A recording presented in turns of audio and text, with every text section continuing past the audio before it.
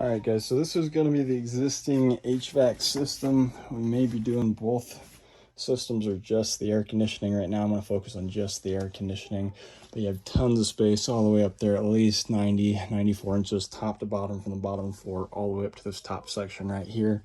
For the air conditioner setup, this existing furnace is a 90,000 BTU furnace with a 4-ton fan. It's got 20.5 width on it. And yeah, that's the main focus. So for the AC coil up top, we'll need a 3-ton minimum for this unit, and we'll probably just do a 3-ton depending on the heat loss calc I pull. But we'll go ahead and run that directly over to the drain side right here, which is already set up. So, and it looks like it should already be able to be connected to it. So that'll be that.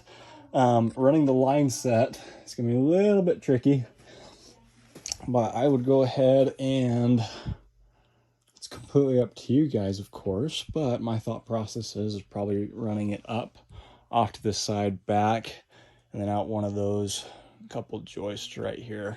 And I'll show you the setup that you have. This is where the exhaust and fresh air running through the furnace, which is directly right up over here. But if you come over here, that'll get you right underneath that window well set up, and right about here where we can do 2-axis panels to fish that straight through. It should be a straight shot except for this vent line, of course.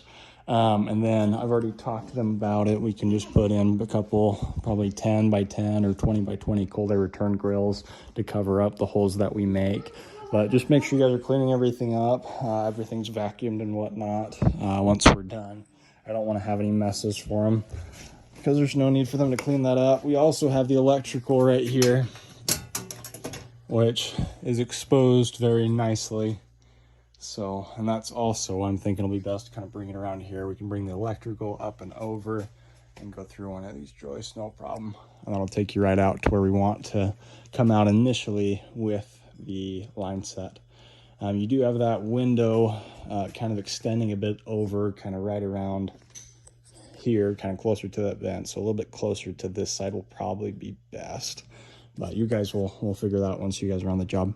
So that's that. Cold air return is sufficient to size. We would have preferred the furnace being on a base can, of course, but it's not. So we're going to keep everything as is.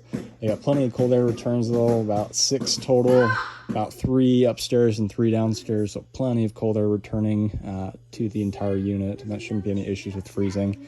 But yeah, that's kind of what we're looking at right here, guys, and accessibility.